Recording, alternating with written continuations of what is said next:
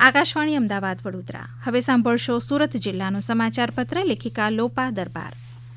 સ્થાનિક સ્વરાજની ચૂંટણી અંતર્ગત સુરત મહાનગરપાલિકાની ચૂંટણી પ્રક્રિયા હવે તેના નિર્ણાયક તબક્કે પહોંચી છે. સુરતના 30 વોર્ડની 120 બેઠકો માટે કુલ 483 ઉમેદવારો વચ્ચે જંગ જામશે.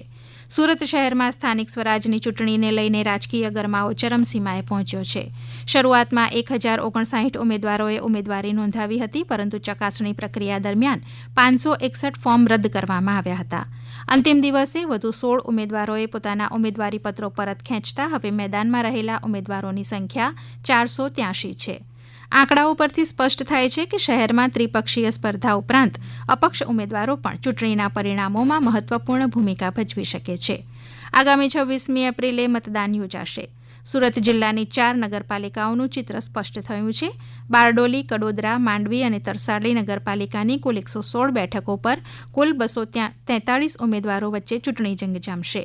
જેમાં બારડોલી નગરપાલિકાના કુલ 9 વોર્ડની બેઠકો માટે શરૂઆતમાં 122 ફોર્મ ભરાયા હતા, જેમાંથી 37 ફોર્મ રદ થયા અને 4 ઉમેદવારોએ નામ પરત ખેંચ્યા હતા અને 2 બેઠક બિનહરીફ થતાં હવે 79 ઉમેદવારો વચ્ચે મુકાબલો થશે.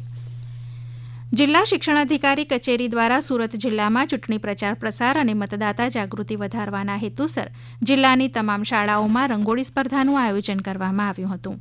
આ કાર્યક્રમના ભાગરૂપે વિદ્યાર્થીઓમાં લોકશાહી પ્રત્યે જાગૃતિ અને મતદાનના મહત્વ અંગે પ્રેરણા પૂરી પાડવાનો પ્રયત્ન કરવામાં આવ્યો હતો. આયોજનના ભાગરૂપે વિશાળ કદના ચૂંટણી પ્રચાર આધારિત રંગોળી ચિત્રો વિવિધ સ્થળોએ તૈયાર કરવામાં આવ્યા હતા, જેમાં જિલ્લા સેવા સદન 2 કલેક્ટર કચેરી ખાતે હિલ્સ હાઈસ્કૂલના વિદ્યાર્થીઓ દ્વારા મતદાન જાગૃતિ આધારિત સુંદર રંગોળી ચિત્ર બનાવવામાં આવ્યું હતું. જિલ્લા સેવા સદન 2 વિંગ ખાતે ધી માંડવી સ્કૂલના વિદ્યાર્થીઓ દ્વારા પણ આકર્ષક ચૂંટણી પ્રચાર આધારિત રંગોળી ચિત્ર તૈયાર કરાયું હતું.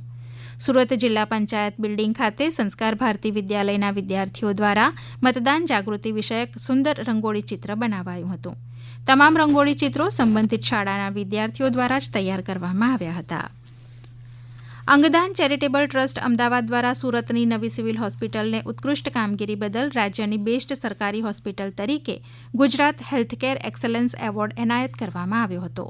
અંગદાન ચેરિટેબલ ટ્રસ્ટ દ્વારા રાજ્યમાં સ્વાસ્થ્ય સુધારવા માટે શ્રેષ્ઠ યોગદાન આપનારા વ્યક્તિ અને સંગઠનોને એવોર્ડ આપવામાં આવે છે, જેના ભાગરૂપે 2026ના વર્ષ માટે અમદાવાદની cancer hospital, UN Mehta hospital અને સુરતની નવી સિવિલ હોસ્પિટલને એવોર્ડ આપી સન્માનિત કરવામાં આવી હતી.